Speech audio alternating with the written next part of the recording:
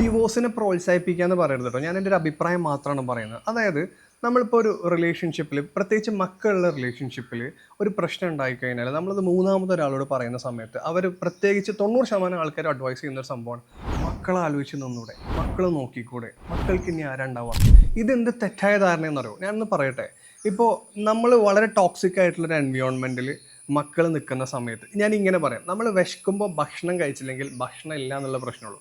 പക്ഷേ വിശക്കുമ്പോൾ പോയ്സൺ അല്ലെങ്കിൽ വിഷം കഴിക്കുന്ന അവസ്ഥ ആലോചിക്കുക. അതുപോലെ തന്നെയാണ് ഈ അച്ഛൻ അല്ലെങ്കിൽ അമ്മ സെപ്പറേറ്റഡ് ആയി നിൽക്കുന്ന സമയത്തിനേക്കാൾ ബുദ്ധിമുട്ടായിരിക്കും ഇവർ തമ്മിൽ ഇങ്ങനെ ഫൈറ്റ് ചെയ്യുന്ന മക്കൾ കാണുമ്പോൾ. നിങ്ങളത് ആലോചിച്ചിട്ടുണ്ടോ?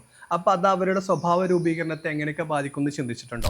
നമ്മുടെ നാട്ടിലൊന്നും നമ്മൾ കാണാത്തതുകൊണ്ടാണ് കോ പേരൻറ്റിങ് എന്നൊരു കോൺസെപ്റ്റ് ഉണ്ട്. അതായത് വളരെ മാന്യമായിട്ട് ഹസ്ബൻഡും വൈഫും പിരിയുന്ന സമയത്ത് മക്കൾ ചില ദിവസങ്ങൾ ഹസ്ബൻഡിൻ്റെ കൂടെ അവരെ കാര്യങ്ങൾ ഒരുമിച്ച് രണ്ടുപേരും തീരുമാനിക്കുന്ന അവസ്ഥ. ഇതൊക്കെ പുറത്തുണ്ട് കേട്ടോ. ഇവിടെ എങ്ങനെയാണെന്ന് അറിയാം, ഇവിടെ ഹസ്ബൻഡ് തെറ്റിക്കഴിഞ്ഞാൽ വൈഫിൻ്റെ വീട്ടുകാർ നിൻ്റെ പപ്പ അങ്ങനെയല്ല, നിൻ്റെ പപ്പ എങ്ങനെയാന്നിട്ട് മക്കളുടെ തലയിലേക്ക് കുറേ എൻഡോസൽഫാൻ കയറ്റും. നേരെ തിരിച്ചും, മനസ്സിലായില്ലേ?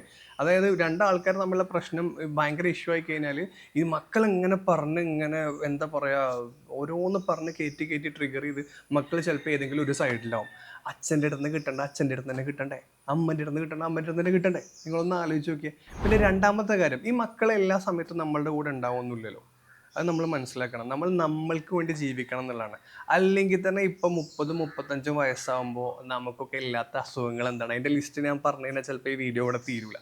അപ്പോൾ നമുക്ക് പൈസ, ഫെയിം, അതുപോലെ തന്നെ അംഗീകാരം, ഇതിൻ്റെയൊക്കെ അപ്പുറത്തേക്ക് നമുക്ക് വേണ്ട എന്താണ്, പീസ് ഓഫ് മൈൻഡ്, മനസ്സമാധാനമാണ്. ഞാൻ വീണ്ടും പറഞ്ഞ ഇതിനെ പ്രോത്സാഹിപ്പിക്കുകയല്ല, പക്ഷേ ഏറ്റവും ബെസ്റ്റ് ചെയ്യുക എന്നുള്ളതാണ്. നമുക്ക് നമ്മുടെ സമാധാനത്തിന് വേണ്ടിയിട്ട് ഏറ്റവും നല്ല എന്താണോ അത്, ആ ഒരു ചോയ്സ് നമ്മൾ തിരഞ്ഞെടുക്കുക എന്നുള്ളതാണ്.